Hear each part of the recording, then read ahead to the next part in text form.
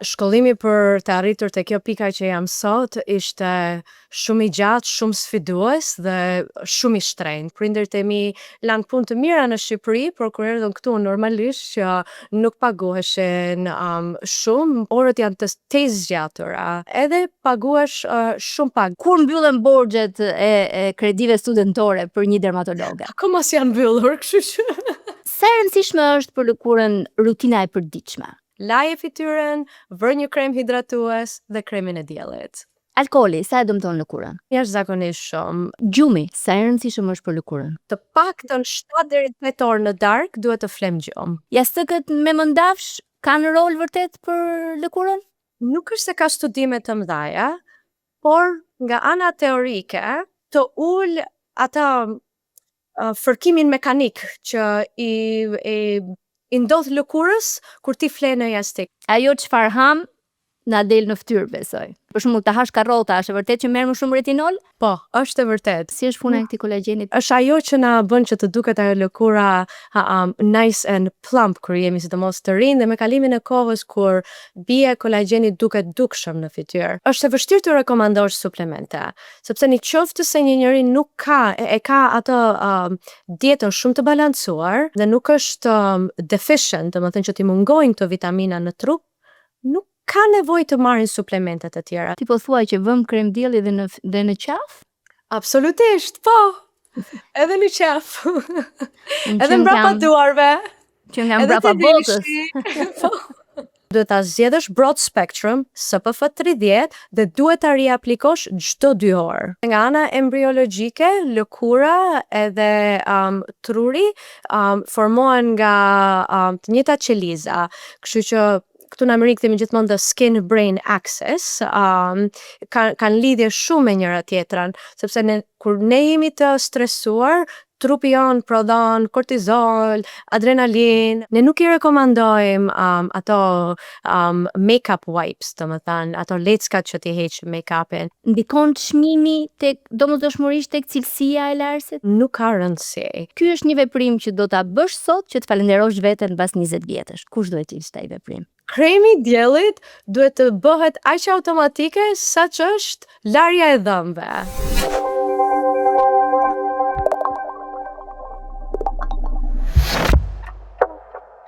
Mirë se ju gjej në Ilvatare Talks. Sot kam të ftuar një mjeke, një shqiptare dhe një histori që frymëzon. Ajo ka bërë rrugën e saj në një ndër specialitetet më konkurruese të mjekësisë amerikane në zemër të kryeqytetit të Shteteve të Bashkuara të Amerikës, por përpara titujve e diplomave, ajo është, paktën siç e njohun, një vajzë pozitive dhe shumë dashamirëse ndaj komunitetit shqiptar. Vajzit e mund, se në fakt ajo është bashkëshorte e mrekullueshme dhe nën e 2 djemve. Jeton vetëm pak metra dhe minuta nga shtëpia ime këtu në Washington DC, por siç i ka hije Amerikës dhe angazhimeve që ta marrin frymën, ne takohemi rrallë e gjithmonë plot mall. Sot dua t'ua prezantoj edhe ju Dr. Lorena Dollanin, dermatologe certifikuar nga Bordi Amerikan i Dermatologjisë, mjeke e specializuar pranë MedStar Washington Hospital Center dhe MedStar Georgetown University Hospital, dy nga institucionet më prestigjioze në Amerikë. Lorena ka arritur deri te ky sukses i sotëm që unë po përshkruaj me sakrificë, me pasion të thellë për dermatologjinë, që kujdeset për atë që unë e konsideroj organin më të rëndësishëm të trupit tonë, lëkurën. Lorena, mirë se erdhe. Faleminderit shumë Ilva, faleminderit për ftesën dhe suksese për podcastin. Faleminderit shumë. Kam kënaqësi që të prezantoj me audiencën dhe ndjekësit e këtij podcasti që ka në synim kryesor të drejtohet audiencës shqiptaro-amerikane, diasporës sonë këtu. Kështu që ti je një rast perfekt për të na treguar pak më shumë si arrite deri këtu, shkollimi yt në Amerikë. Unë tani po kuptoj më shumë, është sa i vështirë, i gjatë, i shtrenjtë, kërkon një sistem shumë të fortë si psikologjik edhe financiar për ta mbështetur gjithë mbritjen tek certifikimin në fund. Ti vetë si a dole? Po, absolutisht. Shkollimi për të arritur te kjo pika që jam sot ishte shumë i gjatë, shumë sfidues dhe shumë i shtrenjtë.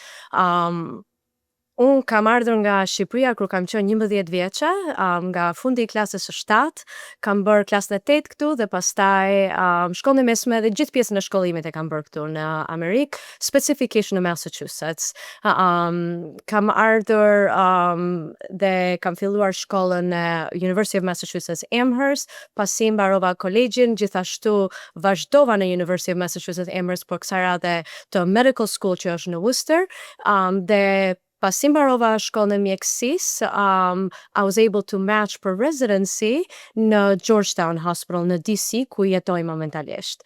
Dhe i gjithë ky proces nga ana financiare normalisht është jashtëzakonisht shumë e vështirë, sidomos kur vjen nga një familje imigrantësh, si çdo imigrant tjetër, me të ardhura shumë të limituara, ku prindërit e mi lanë punë të mira në Shqipëri, por kur erdhën këtu normalisht që nuk paguheshin shumë, po kanë bërë sakrifica të mëdha, domethënë që unë të jam këtu ku jam sot, kur fillova specifikisht shkollën kolegjin, isha me fat, jo vetëm me fat, po ishte dhe një vendim shumë i vetëdijshëm nga ana ime që të zgjidhja një shkollë që nuk ishte aq e shtrenjtë sa të tjerat.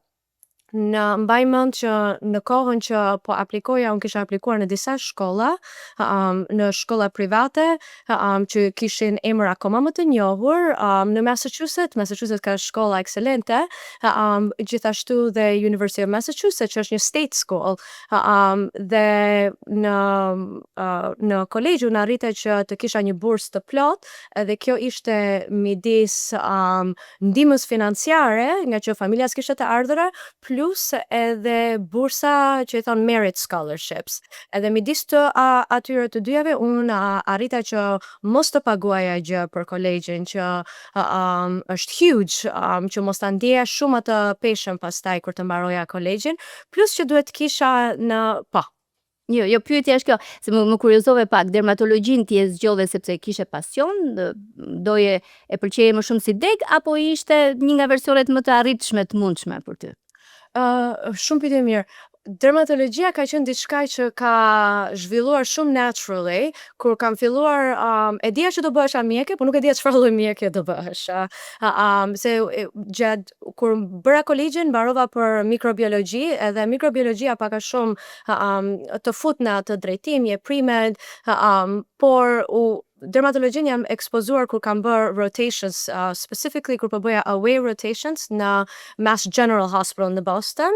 Kam ndjekur një dermatologe atje dhe më pëlqeu jashtëzakonisht shumë puna që bënte, shpërblimet që kishte ajo nga ana shpirtërore, profesionale, diversiteti që ka dita e një dermatologe, gjitha gjërat që mua më pëlqenin, kështu që ka qenë shumë natyrale me kalimin e kohës. Kam dhe një pyetje dhe pastaj do hym direkt në temë se dua të merremi pak me lëkurën. Ti the që mbarove college, që në sistemin e Shqipërisë do ishte universiteti, pra 4 vjet college. Po. Pastaj bëm dhe 4 vjet të tjera shkollë mjekësie, dhe pastaj bëm dhe 2 vjet të tjera residence, dhe të gjitha këto janë pa pagesë. Na shpjego si funksionon. Po, atëherë bën 4 vjet kolegjin, pasi bën kolegjin do aplikosh për mjekësi. Dhe pasi aplikon e mbaron mjekësin, pastaj do bësh trajnimin që thon në Shqipëri ose specializimin, dhe unë bëra internal medicine dhe dermatology. It's a combined med-derm program quhet, që është 5 vjet, domethënë është 5 vjet pasi mbaron mjekësin. Kështu që 12 vjet më shumë, domethënë. Prit, një sekond. 5 vjet të papaguara që punon si ndihmës mjeke? 4 vjet, 4 vjet kolegji dhe 4 vjet të mjekësisë janë të papaguara, domethënë do paguash ti. Ndërsa 5 vjet është rezidenca praktika. Këtu fillon dhe paguash, por pagesa është shumë minimale. Është sa për të përballuar ato expenses ditore, gjërat që të duan, domethënë nuk është ndonjë pagesë kush e di, është sa për të mbijetuar, që bëhet e vështirë nëse jeton në një qytet që është shumë i shtrenjtë, sidomos siç është Washington DC. Dhe gjatë kësaj kohe ushtrohesh si mjeke apo çfarë pozicioni ke, çfarë angazhimi ke dhe me sa më kujtoj unë nga bisedat tona është orar pa orar kjo rezidenca. Edhe këtu hyn ajo pjesa që sa e vështirë është rruga, sidomos nga ana personale ose emocionale, sepse orët janë të zgjatura. Ti do punosh 80 orë në javë, mund të kesh një ditë pushim në 2 javë, dhe kjo është bërë paralelisht që unë kisha dhe djalin shumë të vogël, edhe paguash shumë pak gjatë kohës, kështu që nuk do ja dilja dot absolutisht nëse nuk do kisha mbështetjen e partnerit burrit tim, që t'i bëja E përshëndesim Gjergjin se ka duruar shumë, e vërtet është. Dhe të ka ndihmuar shumë. Kështu që janë gjëra që nuk do t'i kisha bërë dot, po mos ta kisha ndihmën. Dhe oraret janë të zgjatura, për shembull më do jesh në call ose në shërbim, si i thonë në shqip, që je 24 orë për shembull larg shtëpisë. Je në pritje të telefonate praktikisht. Po, kur Dežurn, i themi ishte ne. specific ku kisha rotation që isha në ICUs. Atëherë gjatë asaj kohe unë mund të dilja nga shtëpia shumë herët, nuk e shihja djalin kur zgjoheshe, edhe kur vija pastaj ditën tjetër ishte prap orari që ai ishte në gjumë se ishte shumë i vogël, kështu që unë mund të shkoja gati 2 ditë ndonjëherë që nuk e shikoja, edhe kujdesej vetëm burri gjatë asaj kohës. Është një sakrificë shumë e madhe dhe shumë e dhimbshme kur e mendoj që ka qenë tani që kam djalin akoma më të vogël, po kam më shumë kohë që mund të shpenzoj me të, e kuptoj që kam humbuar një pjesë shumë të rëndësishme. Ai ka qenë i vogël, s'ka qenë asnjë vjeç, nuk do t'i mbaj mend, po unë e mbaj mend atë dhimbjen që nuk mund t'isha aty gjatë gjithë kohës. Është okay, nuk duhet të ndjesh, mos e mbaj mendjen aty. Shijo këto që kemi. Dhe meqense jemi tek pjesa e shijimit, si u ndjeve ti tek ai momenti kur certifikove nga bordi amerikan i dermatologjisë? Në një farë mënyrë e shlyen gjitha sakrificë edhe financiare ai momenti i certifikimit dhe kur mbyllen borxhet e kredive studentore për një dermatologe? Akoma s'janë mbyllur, kështu që kur do mbyllen brenda kësaj dekade të paktën? Urdhra? Do mbyllen brenda kësaj dekade apo mund të shkojnë për te?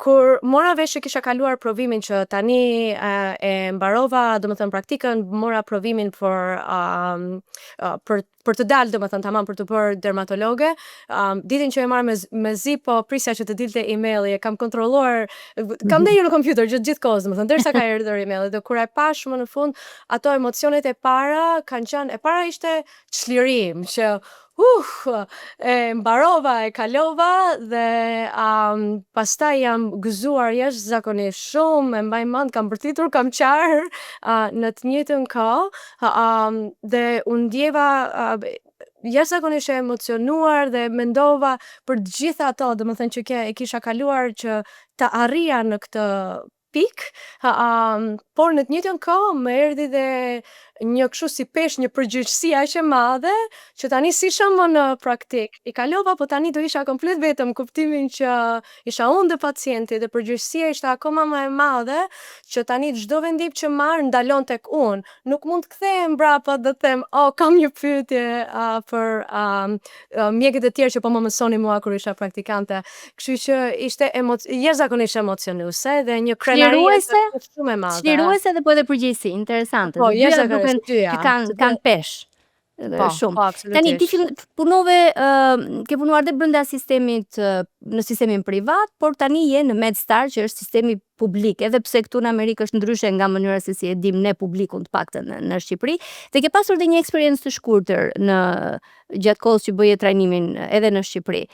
Po më trego pak për në Amerikë të rrim këtu. Çfarë ndryshon në raport për pacientin që vjen tek një dermatologe, nga sistemi privat tek ai publik? Ka ndonjë ndryshim? Tani, unë pasi mbarova rezidencën, puna ime e parë fillova në një klinik private, për gati 6 vjeç, kështu që pata goxha eksperiencë atje dhe tani po bëj 6 muaj që kam filluar në një qendër akademike. Mënyra se si kujdesesh për pacientin është njësoj, në kuptimin që ti do ofrosh të njëjtën medical care, për një problem do t'i ofrosh pacientet ato nga ana mjekësore, çdo gjë që është evidence based, më kupton, do ndjekësh shkencës gjërat që janë available. Kështu që ato që do t'i ofrosh pacientet është e njëjta gjë. Çfarë bën diferencën është që në qoftë se një pacient është më i komplikuar nga ana mjekësore edhe ka nevojë për specialitete të tjera, kur je në një qendër akademike siç jam tani, unë kam shumë të kollajshme që të flas me reumatologun, me kardiologun, kështu që ke atë multidisciplinary approach që një klinike vogël private nuk ta ofron. Kështu që nga ajo anë është më mirë nga pacienti. Por nga ana e customer service varet edhe se ku shkon, por nga ana e customer service në përgjithësi në private practice, sidomos në qoftë se ajo klinik nuk është shumë busy, ato mund të shpenzojnë çik më shumë kohë me ty se sa mund të kaloj dikush kur shek një mjek në qendër akademike, sepse ndonjëherë qendrat akademike janë shumë busy dhe duhet i shohin pacientët për shembull çdo 15 minuta, edhe mjeku mund të mos, edhe nëse dëshirash aty që të shpenzoj më shumë kohë me ty, mbase nuk ka aq shumë kohë sa që mund të ketë një klinik private, por nuk do të thotë që gjërat që po të rekomandon, gjërat që po të jep janë më të pakta. Përkundrazi, edhe shpeshherë është i njëjti mjek për shkakun që pulon edhe në private practice, edhe në klinik akademike. Kështu që ka të bëjë dhe lloji mjekut që je. Për shembull, mua si në klinik private, se këtu akademike mua më pëlqen të kaloj shumë kohë me pacientët, kështu që ka të bëjë empatia që ke, nuk ka të bëjë dhe shumë, domethënë nëse po e sheh doktorin në klinik private apo akademike. E kuptoj. Kostoja ndryshon apo është pak a shumë e njëjta? Varet nga skemat e sigurimit shëndetësor, sepse edhe mjekësia po ndryshon, sidomos çdo gjë është bërë më e shtrenjtë, sidomos për klinikat private, dhe shumë klinika private nuk i marrin të gjithë health insurances, janë të limituara sepse nuk e përballojnë dot. Kështu që edhe pacientët që marrin janë të limituar, marrin vetëm pacientë më thënë që kanë atë health insurance, ndërsa kur je në big hospital system, ato i marrin pak a shumë të gjitha insurancat, marrin dhe familjet për shembull që nuk kanë shumë të ardhura financiare në Medicaid, kështu që varet ku shkon. Shumë klinika private tani kanë mbajtur dhe direct pay që nuk përdorin fare insuranca dhe do paguash thjesht cash për vizitën. Në qoftë se shkon në spital ose klinik private që provon që merr insurancë, atëherë ta mbulon insuranca. Po nëse do shkosh në klinik private që paguan cash, atëherë normalisht do paguash çmimin. Bo gati për disa shpenzime serioze. Tani fillojmë pak te tema që kam unë qef për këtë bisedë. Edhe këto që dëgjova ishin shumë interesante dhe urime sërish për gjithçka ke kaluar, por edhe rezistencën, resilience që të ka bërë ti këtu tani. Po, gjithë ato net pa gjumë ja vletën. Lorena, shumë e lidhin dermatologjinë me fytyrën, me estetikën, me pamjen, me dukjen. Por le ta fillojmë nga pikpamja shkencore. Ka një perceptim se lëkura që ne kemi është një pjesë të mirë e bazuar në ADN-n ton, pra e kemi të trashëguar në një farë mënyre, dhe një përqindje tjetër është për shkak të kujdesit që ne tregojmë ndaj lëkurës. Si është e vërtetë? Ka një ndarje shkencore? Po, kjo është pyetje shumë e mirë. Ka një ndarje, sepse një pjesë e madhe është gjenetike, varet nga studimet që shef. Përqindja që japin zakonisht është 40 deri në 50% është gjenetike. Do me thënë që 60 ose 50% tjetër është diçka që ti e ke nën kontroll. Edhe kjo pjesa tjetër e para janë rrezet ultraviolet nga dielli. Këto janë ato që të shkaktojnë ata plakin e parakoshme të lëkurës. Tjetër është ndotja e ambientet, smogu. Nëse ti vet pi cigare, pagjumësia, nëse e ke gjumin e çrregullt, ose dhe dieta që ha. Gjitha këto tjera, kjo pjesa tjetër është 50-60% që do me thënë që ti ke pa kontroll, as opposed to that 40 50%, depending on which study you look at, që është genetike. Po për ta bërë kollaj është 50-50, 50% genetike, 50% janë gjëra që ti mund t'i Por kontrollosh. nëse nuk tregon kujdes te ky 50%, po e marrim një shembull, kujdesin e duhur për lëkurën, ajo mund të rritet shumë më tepër, pastaj përqindja bie faktori genetik edhe prevalon dëmtimet që i shkaktojnë lëkurës Absolutisht. elementet e jashtëm. Sa e rëndësishme është për lëkurën rutina e përditshme, që të kesh një rutinë. Pa, Ja ku i ke një që nuk e ka për shembull. Më të riq veshin, e di që ti ma tërhej sa herë takome, po s'ka gjë. Unë duhet kaloj dhe shumë vite më duket që të ndroj, po s'ka gjë, nuk lodhem unë duke folur, do ta përsëris prap. Ndihmojmë të paktën ndjekësit. Po, është shumë e rëndësishme. Si që thamë 50% dhe më thënë të dëmtimit të lëkurës ti mund ta kontrollosh vetë. Edhe të paturit një rutinë të ndihmon shumë që të mbash shëndetin e lëkurës. Edhe ajo rutina nuk do të jetë shumë e komplikuar. Janë 3 gjëra që janë të rëndësishme. E para është ta lash fytyrën, thjesht një larës të fytyrës. E dyta është të kesh një hidratues. Dhe e treta, krem dielli, që me thënë të drejtë do të jetë e para, kremi diellit, po 3 janë, laje fytyrën, vër një krem hidratues dhe kremin e diellit. Kaq e thjeshtë, e bën të duket shumë e thjeshtë, po nuk është kështu. Shumë e thjeshtë. Edhe do ta them unë, sepse kur shkon dhe edhe kaq. Kur konsultohesh ama profesionalisht ose kur shkon dhe ekspozohesh ndaj presionit komercial që ke në për dyqane, ti ke pastrus, tonifikus, serum, vitamin, ku e diu, nëse ke në një kondicion për akne etj. Shkojnë deri në 10-15 veprime që bravo i qoftë ato gra dhe vajza që i bëjnë, unë nuk hy në atë kategori, por unë hy në një kategori që i blej të gjitha. Po ne kam. Po ai i përdor është pyetja. Dhe i kam aty dhe i shoh edhe më vjen të qesh edhe të marr ty ndonjëherë ankohem, po tani na trego, vërtet kaq pak është pra pastrimi i fytyrës, kremi hidratues dhe kremi i diellit para se të dalim në mëngjes. Këto janë gjërat më të rëndësishme. Tani, sidomos nëse nuk e ke filluar këtë rutinë shumë herët, atëherë me kalimin e kohës, lëkura jote do ketë nevojë dhe për gjëra të tjera. Për shembull, kjo rutinë është shumë e thjeshtë, sidomos kur je fillon late teenagers për shembull, ose kur që fillojnë që të keni çik rutinë, kur fillon të 20-tat, të 30-tat kena akoma nevojë më shumë, por atëherë fillojnë dhe të duken ato njëllat kafe, nëse nuk je kujdesur për shembull ndaj diellit kur ke qenë shumë e vogël, atëherë duhet të fillosh edhe të përdorësh diçka më shumë, si për shembull antioksidant, retinol, kështu që varet nga çfarë ka nevojë lëkura.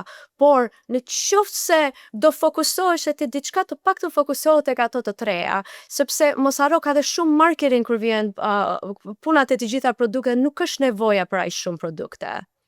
Okej, pyetje të tjera tani se dua ta sqaroj bashkë me ty, meqense kam një mjeke dhe më jep dhe përgjigjen shkencore. Alkooli, sa e dëmton lëkurën? Sa ndikon?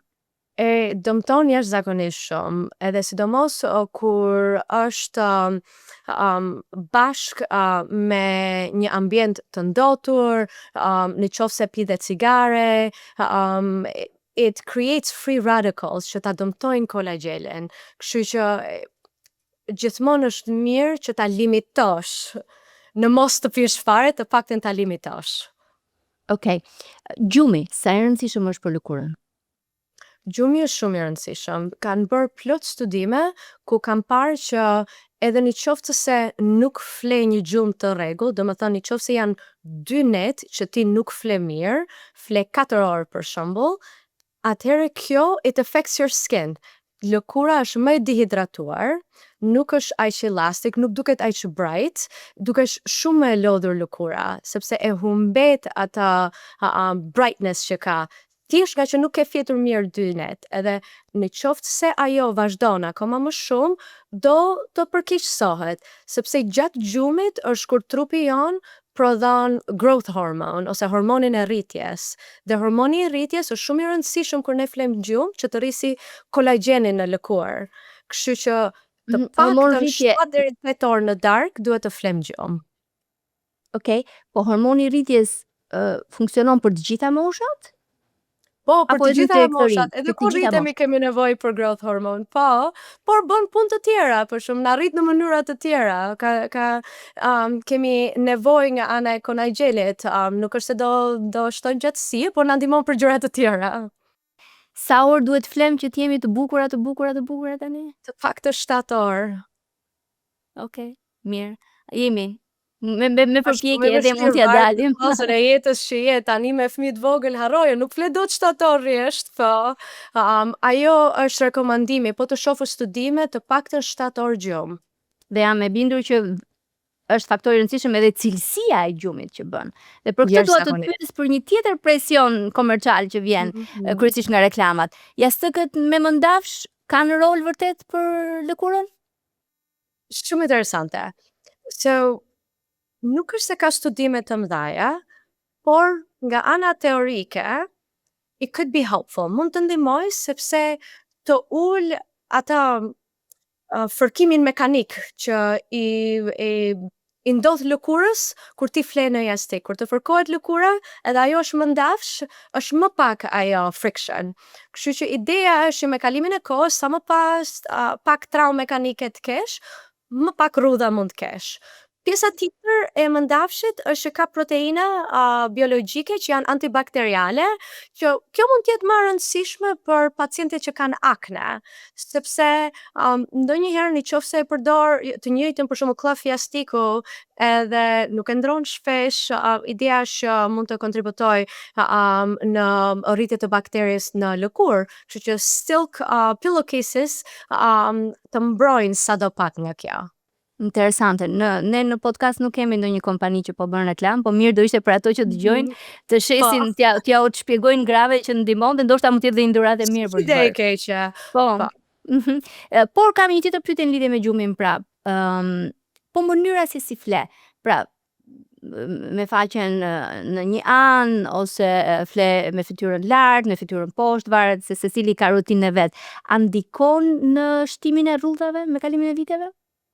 Po, në fakt për këtë kanë bërë studime, kanë bërë për identical twins, edhe kanë krahasuar binjakët që janë identik, sepse këtu mund të kontrollosh për gjenetikën, në qoftë se flinin në shtëpinë ose në qoftë se flinin anash dhe në bark, edhe ato kanë vënë re që the twin, dhe më thënë që flinte në shpinë kishte binjakër, po më fal, binjakët që flinte në shpinë kishte më pak rrudha, ndërsa binjaku që flinte anash ose shtrirë në bark kishte më shumë asimetri në fytyrë. Edhe në përgjithësi unë e shoh dhe në klinik, i pyes pacientët nga cila anë fle, për shembull nëse ka një runë më të theksuar nga ana e majt ose e djathtë, më thon po nga ajo anë fle, më shumë e shoh të theksuar tek pjesa midis gjoksit kur krijohet ajo linja në mes, ndos sidomos kur ti fle anash.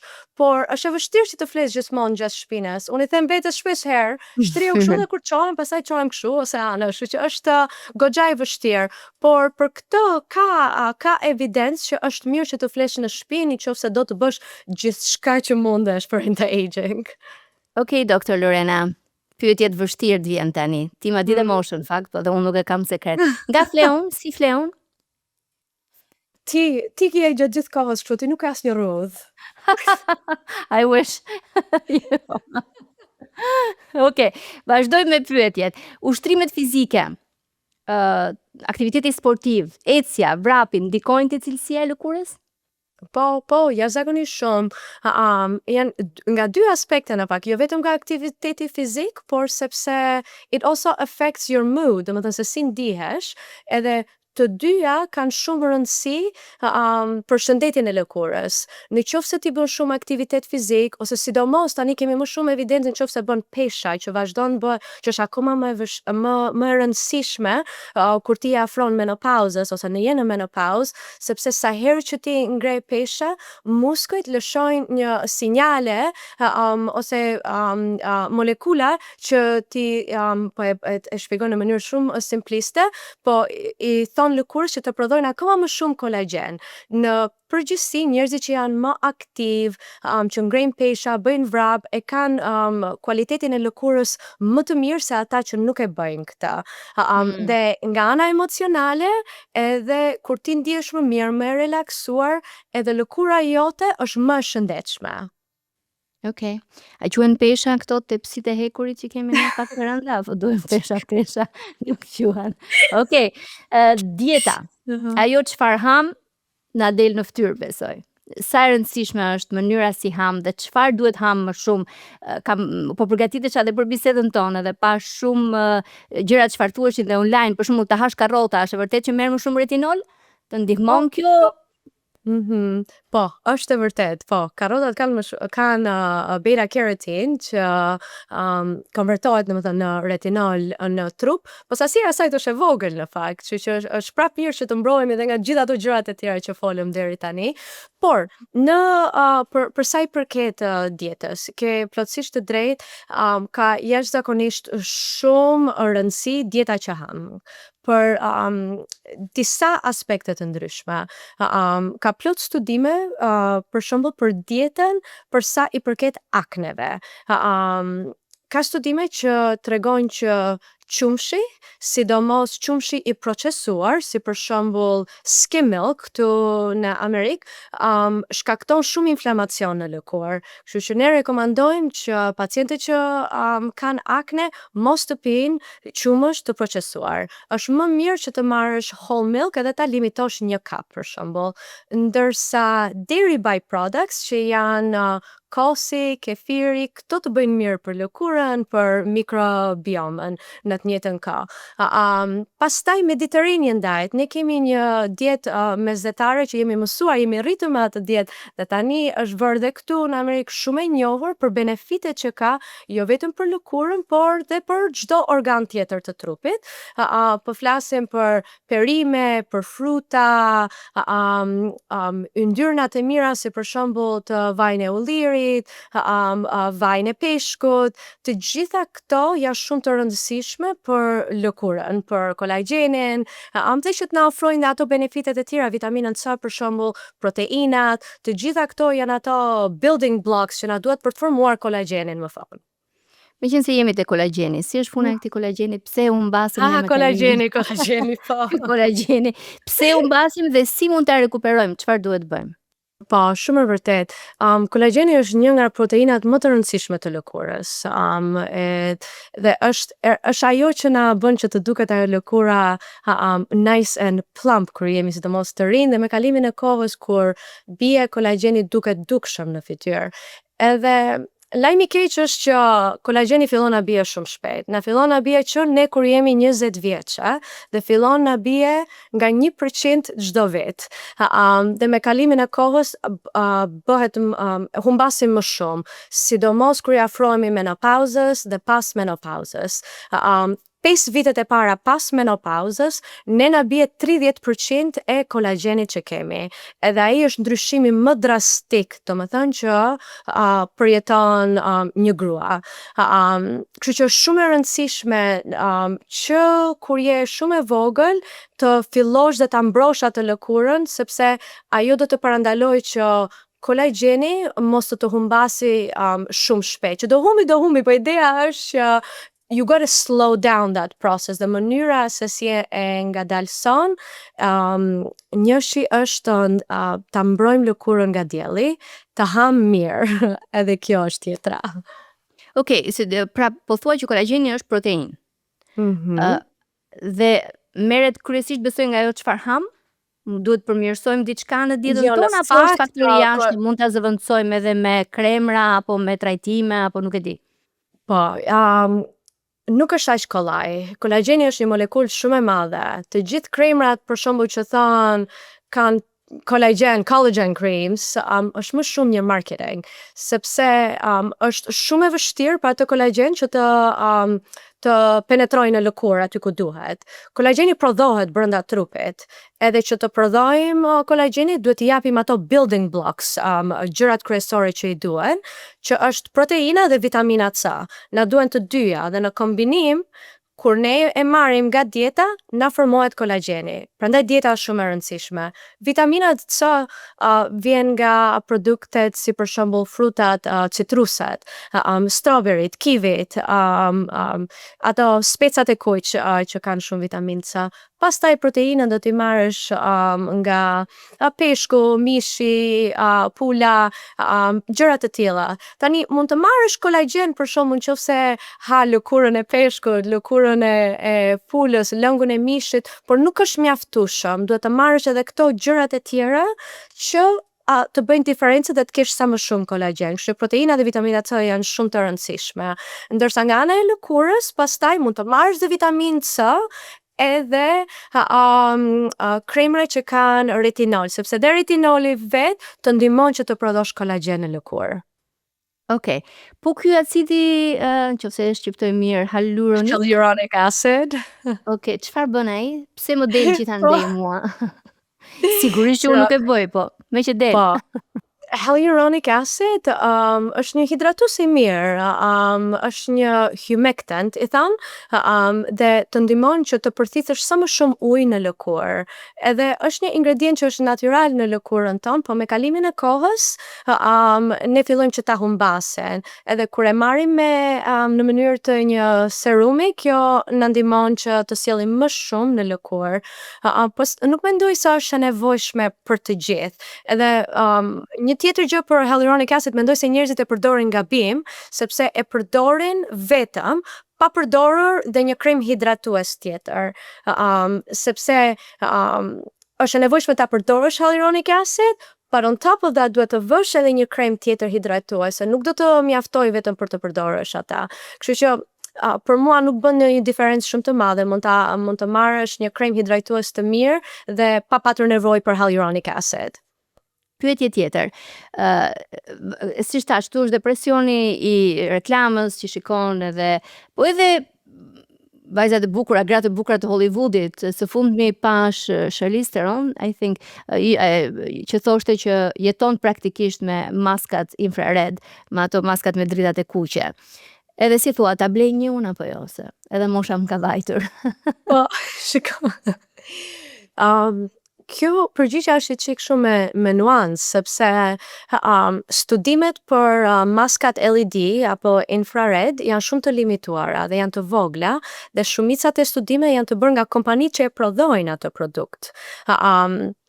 Edhe ato studimet e limituara tregojnë pak benefit për të ndërtuar kolagjenin edhe për ta bërë lëkurën sa më të ndriçuar.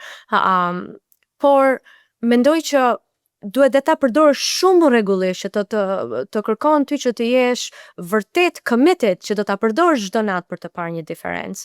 Por, për aq studime që tregon diferencë, ka dhe studime që tregojnë që nuk tregon ndonjë benefit. Kështu që kjo varet nga buxheti që ke. Edhe kjo varet edhe nëse ti I bën ato gjërat e tjera që përmendesh. E lan fytyrën, vër kremin, vër hidratuesin, kjo është thjesht një plus. Nëse e ke në buxhet, it's not a must. Nuk është diferencë të madhe. Meqense jemi tek plus, pra mbasi I bën të gjitha, bën dhe maskën infrared. Po je ti mbështetëse e vitaminave apo suplementeve ekstra që duhet marr nga gratë në një farë moshe ndoshta për ta ndihmuar lëkurën? Kjo është një industri tjetër që bën miliona dollar, edhe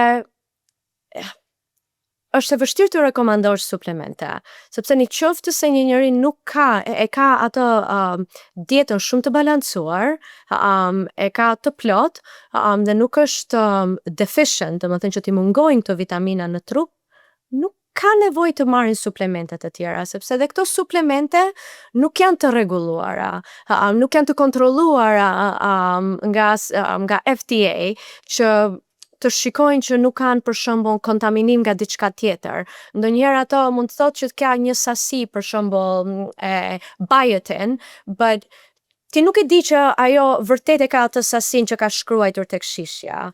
Janë disa suplemente që kanë vendin e tyre kur ti je deficient. Për shembull, vitamina D. Unë e rekomandoj jashtëzakonisht shumë, sepse jetojmë në një vend ku për shembull njerëzit nuk dalin shumë për jashtë dhe nuk prodhojnë shumë vitaminë D, janë deficient në vitaminë D. Kështu që na për për këtë rast special, po, të duhet vitamina D. Në të gjitha moshat apo ka një grup moshë caktuar kur duhet filloj të merret vitamina D? Që në fakt për arsye të ndryshme, që kur je bebe fillon dhe rekomandohet vitamina D.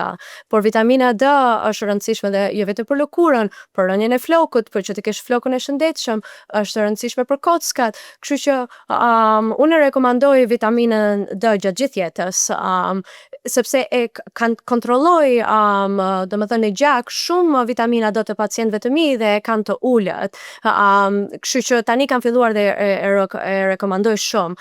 Pjesa tjetër, sidomos nëse vuan me rënien e flokut, është hekuri. Hekuri është jashtëzakonisht i rëndësishëm, kështu që kjo është diçka tjetër që e rekomandoj, sidomos kur e ke të ulët, edhe kur bëjmë ato analizat e gjakut dhe kemi evidencë laboratorike që ti e ke të ulët.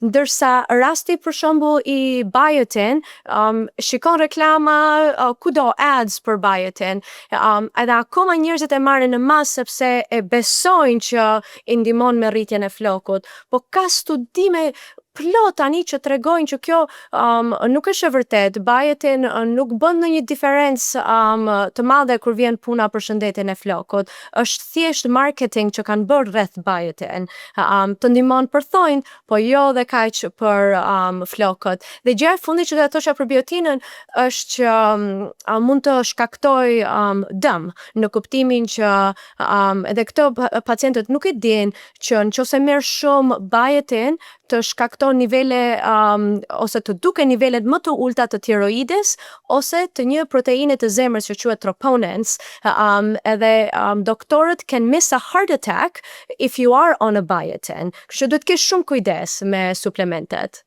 Kjo lëkura jote si më ndafsh nga vitamina D është, apo nga rutina që ti besoj e bën në mënyrë religjioze, apo nga genetika? Pa nga dirsa, nga stresi tani, po. Ja, në fakt, unë kur isha e vogël, si gjithë shqiptarët e tjerë, nuk është se jam kujdesur shumë për lëkurën, në kuptimin që nuk jam rritur me ato frymën që duhet përdorësh kremin e diellit. Dhe shoh këtë edhe te pacientët e mi, jo vetëm dhe amerikan, po sidomos shqiptar apo të Ballkanit, nuk kemi rritur me atë frymë. Unë vonë, domethënë në kolegj kam filluar që të përdor kremin e diellit, vitaminën C, retinolin, po i kam filluar të 20-at dhe besoj se kanë bërë goxha ndryshim me kualitetin e lëkurës time. Ndonjëherë bëj shaka që them tani kam lëkurën më të mirë se që kam pasur kur kam qenë 20-at, sepse kujdesem akoma më shumë. Do të pyes për kremin e diellit, se e di që edhe ti do të flasësh shumë, edhe siç e kishim paramenduar ne të dyja do na duan një cikël intervistash, jo vetëm një, por përpiqemi ta mbyllim këtë sot. Ne po flasim për lëkurën dhe me fytyrën duket sikur po i adresojmë të gjitha çështjet. Po qafa për shembull edhe pjesa e dekoltes kanë të njëjtin regjim dhe duan të njëjtin krem siç ka dhe fytyra apo duan tjetër? Po, kjo është pjesa më e vështirë dhe lëkura e qafës është ajo që ta tregon. Unë mbulohem tash më komplet. Është ajo që zakonisht ta tregon moshën më shumë se sa lëkura e fytyrës, sepse ne jemi mësuar i vëm ato kremat këtu dhe nuk para i vëm tek qafa. Po ideja është që lëkura e fytyrës, qafës dhe deri këtu duhet ta trajtojmë si një unit. Domethënë çdo gjë që e vëm në fytyrë ta vëm edhe në lëkurën e qafës. Por duhet të kesh kujdes. Kremin e diellit normalisht do ta vësh, por nëse do përdorësh ingredient aktiv, si për shembull siç është retinoli ose ndonjë exfoliating acids, duhet të kesh shumë kujdes me qafën sepse qafa e ka lëkurën shumë më të dobët dhe shumë më sensitive. Kështu që duhet ta bësh më pak, por duhet të jesh konsistente. Për shembull retinolin, mbase nuk e përdor dot çdo natë pjesa e qafës, por e përdor 2 herë në javë fillimisht dhe avash nëse e toleron mund ta rritësh. Pyetje sërish, ti po thua që vëm krem dielli dhe në qafë? Absolutisht, po. Edhe në qafë. Edhe mbrapa duarve. Që nga mbrapa botës. Po. Të gjitha, ai si rule of thumb që kemi ne, kur vëm të paktën në dermatologji, kur vë kremin, duhet të vësh 2 fingertips worth of sunscreen. Atëherë do bësh 2 viza të kremit të diellit, edhe kjo është mjaftueshëm që ta vësh në fytyrë. Por nëse do bësh dhe qafën, do bësh dhe një vizë tjetër, kështu që Ta mbulojmë komplet pjesën e fytyrës, po, Okay. three finger lengths, po. Faleminderit. Kjo Mi të është pak një krem këtu, pak këtu, e ka është shumë të e limituar rëndësishme. krem e diellit. Po. Tani përveç kremit diellit, që çështja është çfarë kremi dielli? Sa duhet jetë SPF-ja? Po. Sa duhet jetë mbrojtja? Çfarë niveli na mbron vërtet dhe a lidhet SPF 30 ose 40 ose 50 me kozgjatjen që të ruan? Me çfarë lidhet?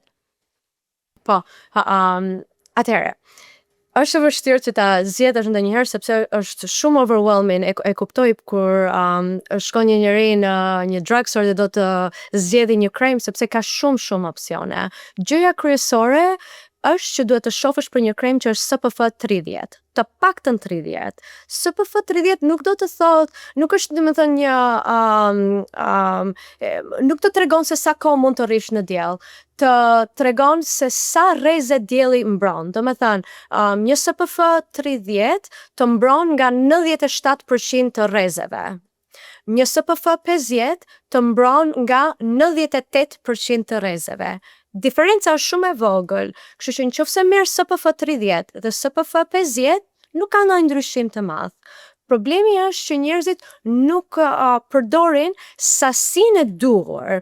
Ajo SPF 30 do të thotë që ti e përdor ashtu siç e kanë studiuar në laborator. Kjo s'është e vërtetë, sepse njerëzit përdorin shumë pak ose nuk e riaplikojnë. Kështu që duhet ta zgjedhësh broad spectrum SPF 30 dhe duhet ta riaplikosh çdo 2 orë kremin e diellit. Çdo 2 orë kur është SPF 30, po kur është 50? Gjithashtu e njëjta gjë, sepse Çdo 2 orë. diferenca ishte shumë e vogël, po çdo 2 Kur orë. është 100? Kur është 100, diferenca është aq e vogël, është më shumë marketing në atë pikë, nuk është e rëndësishme. E rëndësishme është që ta aplikosh midis orës 9 deri nga ora 4 mbasdite, sepse Çdo 2 atëherë orë. ato rrezet e diellit po janë më të rrezikshme, sidomos kur je në plazh, se kur je në punë e vë në mëngjes kur shkon në punë, edhe e vë prap kur del nga puna, sepse dhe kur je në makinë, prap ke rrezet e diellit që të dëmtojnë lëkurën, kështu që është e rëndësishme që ta vësh 2 herë në ditë, një herë në mëngjes dhe një herë kur del nga puna. Krem dielli, edhe nga vetë emri, të paktën edhe nga kultura që ne vim, e kemi menduar që do vendoset kryesisht në kohën kur fillojnë temperaturat e larta, pra në sezonin e verës. Por ti më ke thënë që kremi i diellit vjet çdo ditë të vitit, pra 365 ditë në dimër dhe në verë. Pse? Po, është shumë e vërtetë, sepse UVAs janë rrezet që shkaktojnë dëmin e lëkurës, edhe ato janë prezente gjatë gjithë vitit. Janë prezente edhe në dimër, janë prezente edhe në verë. Normalisht, rrezet UVB që shkaktojnë djegjen janë më shumë gjatë verës. Edhe njerëzit për ato mendojnë më shumë, por dëmi shkaktohet edhe në dimër kur ti del pra krem dielli. Tashi, ka pacient që më pyesin, po mirë, nëse unë vë kremin e diellit, atëherë unë do bëhem nuk do kem nivelin e duhur të vitaminës D nëse përdor kremin e diellit. E kuptoj si concern, por shumica e njerëzve nuk përdorin mjaftueshëm. Edhe që të prodhosh vitaminën D të duhet vetëm 15 minuta jashtë në diell, mund të dalësh para orës 10, pa përdorë para orës 9, pa përdorë krem, edhe do ta marrësh atë vitaminën D që të duhet. Kështu që nuk mendoj që është si arsye që njerëzit mos ta përdorin kremin e diellit dhe gjatë dimrit. Okej. Çfarë ndodh me lëkurën tonë, nëse mund të ma shpjegosh nga pikpamja shkencore, kur fillojnë bien këto ulet, i humbet elasticitetin, Po. edhe duhet një kujdes i shtuar që të mos duket shumë, siç ka mund ndriçimin tani përpara e kështu me radhë. A është e menaxhueshme kjo rënje, pra ta mbash në kontroll edhe mos ta lësh në rënje të lirë, apo do të ndodh kjo gjë dhe thjesht duhet mësohesh?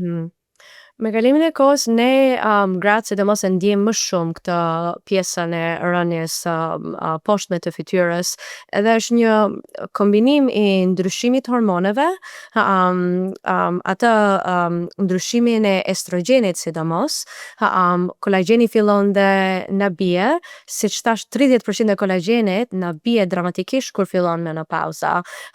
Dhe në të njëjtën kohë, jo vetëm kolagjeni, por elasticiteti i lëkurës fillon dhe ndryshon.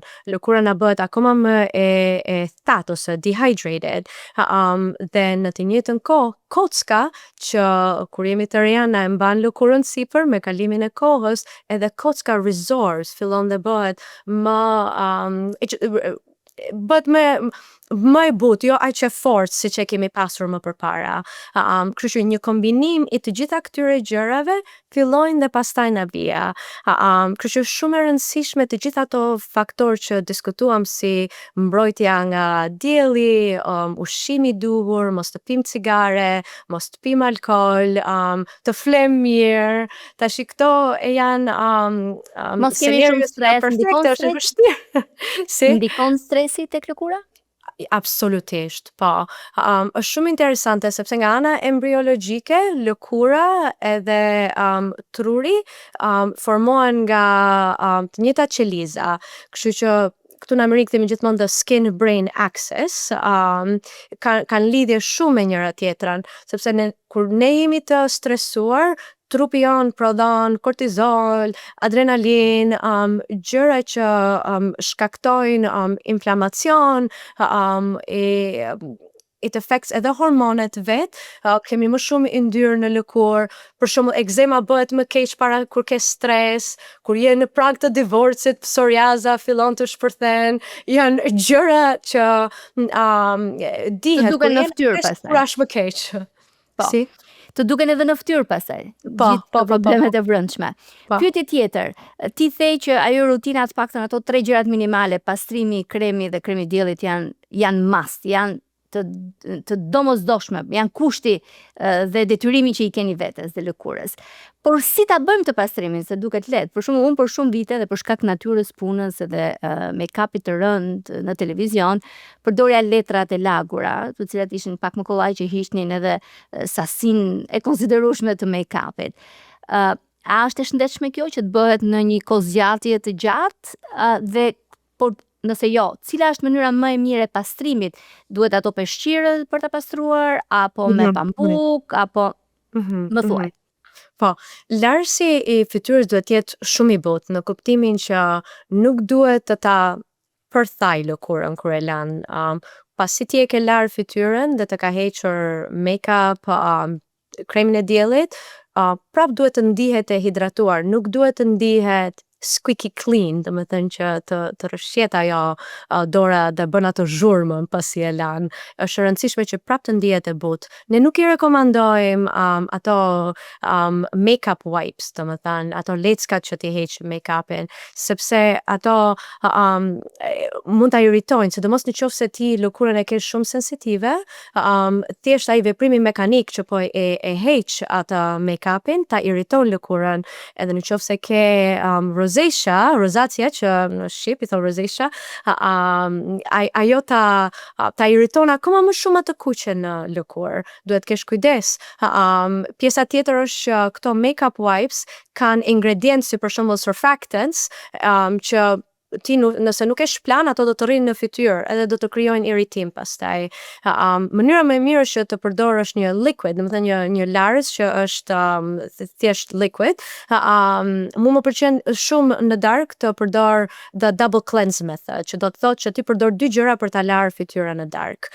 Njëra është micellar water, që do ta përdorësh mund të marrësh një pambuk, e vën ujin në pambuk dhe pastaj e heq make-upin, dhe pastaj do përdorësh një larës shumë të butë, gentle cleanser. It has to be hydrating, jo diçka që është foaming. Okej, shumë interesante kjo. Ka disa ka me qindra mira, besoj larës. Ka larës shumë të shtrenjtë, ka më të lirë, ka më të përballueshëm për familjet. Ndikon çmimi domosdoshmërisht tek cilësia e larësit? Shumë pyetje mirë. Çmimit nuk ka rëndësi. Domethënë, në qoftë se do shpenzosh për produktet, mos i harxho lekët e larësit, sepse mund të gjesh larës me çmim shumë të lirë dhe është larës shumë i mirë.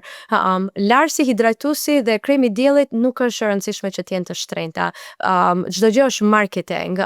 Mund të shkosh në një regular drugstore dhe mund ta gjesh një larës shumë të përballueshëm në çmim dhe është i mirë. Thjesht do të shikosh që të kesh ingredientet e duhur, që mos të ta thajnë shumë lëkurën. Dhe zakonisht duhet të shikosh për fjalët që thonë hydrating, do më thënë që nuk do ta thajnë shumë lëkurën. Dhe pjesa tjetër është që ti marrësh produkte, sidomos nëse e ke lëkurën shumë sensitive, unë në punën time bëj shumë teste për alergji të lëkurës, kështu që rekomandoj që të përdorësh produkte që nuk kanë fragrancë, sepse fragranca në përgjithësi sidomos nëse ti e ke lëkurën sensitive ose alergjike, mund të krijojë probleme, kështu që çfarëdo larësi apo hidratuese të përdorësh, merr diçka që nuk ka fragrancë. Kremi hidratues, çfarë përbërësish duhet ketë patjetër? Po. Kremi hidratues duhet të ketë 3 gjëra kryesore. E para është duhet të ketë një humectant të mirë, që kjo do të thotë që të ketë diçka si glicerina apo hyaluronic acid që të tërheqë ujin në lëkurë. Pjesa tjetër është duhet të ketë një occlusive, diçka që ta parandaloj ujin që të avulloj nga lëkura, diçka si petrolatum apo dimethicone. Dhe pjesa e tretë është një emollient që të ta mbajë të butë lëkurën. 3 ingredientet kryesor.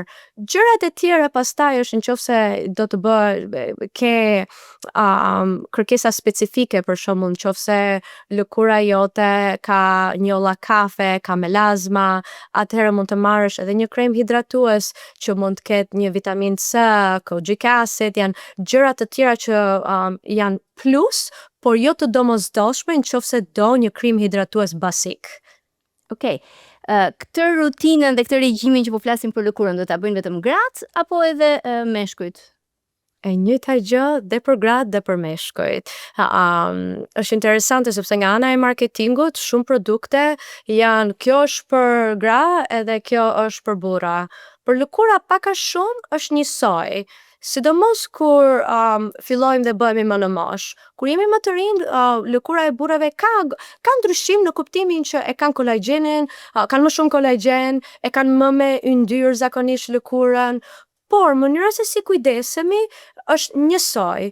Prapi duhet larës, prapi duhet hidratues, prapi duhet kremi diellit. Kështu që është shumë të rëndësishme dhe nuk është nevoja që të zgjedhin ato produkte që thonë specifikisht për burra, se zakonisht e kanë çmimin më të lartë vetëm se thot për burrat.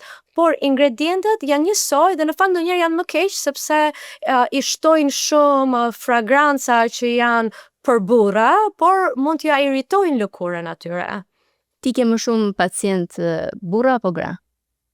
Unë kam një mix, edhe me kalimin e kohës, sidomos këtu në Washington DC, po filloj të kem dhe shumë burra që kanë filluar të jenë më të interesuar për të kujdesur për lëkurën. Kam shumë burra që vinë më pyesin pikërisht të njëjtat pyetje që më ke bërë ti. Maskat, retinoli, vitamina C, kështu që është edhe në kulturë, kanë filluar dhe këtu në Amerikën në përgjithësi burrat kanë filluar kujdesen shumë për veten e tyre. Interesante, meqense jemi te kultura. Në kulturën tonë shqiptare, kujdesi për ekzaminime veçanërisht ndaj nishaneve apo dhe kancerit të lëkurës është minimal, do të thoja. Nuk është se ka një kulturë që një herë në vit duhet shkoj dhe të ekzaminohem. Si duhet jetë në fakt, si mjeke, çfarë do të rekomandoje, si duhet vepruar? Atëherë, edhe kjo pyetja ka çik nuance të vetë, sepse nuk është e njëjta për të gjithë. Varet nga risk factors që ke. Edhe Akademia e Dermatologjisë në Amerikë nuk e rekomandon që të gjithë duhet të bëjnë kontrollin e nishaneve çdo vit. Varet se sa risk factors ke. Çfarë duhet të them me këtë? Në qoftë se ti ke pasur shumë djegje kur ke qenë i vogël, sidomos në qoftë se ke pas djegje që shkakton flucka në lëkurë, blistering sunburns, nëse ke bërë tanning beds, kur shkon në tanning bed edhe një herë të shkosh të rrit shanset që ti të kesh melanoma.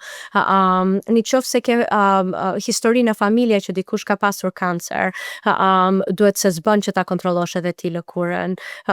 Në qoftë se e ke lëkurën shumë të bardhë, syt blu, kjo është një tjetër risk factor që duhet të shkosh te dermatologu të kontrollosh nishanet sepse ke shanset më të larta që mund të develop skin cancer as you get older. Kështu që varet, shumë njerëz nuk e dinë, domethënë nëse duhet ta bëjnë apo jo. Asnjëherë nuk është ide e keqe që të shkosh te dermatologu, sepse ti mund të shkosh dhe e merr një si bazë që e di se çfarë nishanesh ke dhe sa merak duhet bësh për ato. Edhe dermatologu të thonë nëse është mirë për ty që të vish çdo vit apo çdo 6 muaj, kështu që gjithmonë është më mirë të shkosh se sa mos të shkosh dhe pastaj e keni një bisedë midis jush nëse ja vlen apo jo që ta vazhdoni ta bëni çdo vit. Më rëndësishme është që dhe ti kontrollosh nishanesh vetë në shtëpi. Po, dhe nëse ke një merak apo një shqetësim të shkosh tek dermatologu dhe të adresosh. Absolutisht. Një këshill e vetme dhe e fundit, nëse do t'i jepje një vajze apo një djali 20 vjeçar sot, që të ndjehet me fat që dëgjoj këtë intervistë këtu në Ilvatare Talks dhe ti thuash ky është një veprim që do ta bësh sot që të falenderosh veten pas 20 vjetësh. Kush duhet të ishte ai veprim? E di çfarë do të them unë. E di, pastroni fytyrën, kremin hidratues edhe kremin e diellit. Dhe pash mirë? Duhet ta bësh absolutisht. Kremi i diellit duhet të bëhet aq automatike sa që është larja e dhëmbëve. Nëse ti do ta bësh atë për 20 vjet, çdo mëngjes do vësh kremin e diellit, të premtoj që lëkura jote do jetë në një fazë shumë më të mirë se sa dikush që nuk e ka bërë atë për 20 vjet. Edhe do ta falenderosh veten që e ke bërë, edhe do thuash shqyr që kam vënë kremin, është më mirë të bësh atë se sa të paguash aq shumë lek për kremra të shtrenjta, procedura të shtrenjta, suplemente të shtrenjta. Ajo është gjëja më e pakta që mund të bësh. Dhe pas 20 vjetësh pres se të na dërgoj falënderim edhe mua dhe ty. Edhe ti jemi duke bërë ndoshta një podcast tjetër. Doktor Lorena, faleminderit shumë. Biseda me ty është gjithmonë si një vizitë e suksesshme tek mjeku më i mirë, ku ndjehesh që je edukuar, je informuar dhe do përpiqesh të tregosh më shumë kujdes për veten dhe për lëkurën duke filluar nga sot. Unë ta premtoj. Për sot paktën. Nesër do flasim pa. Faleminderit shumë. Unë u kënaqa shumë.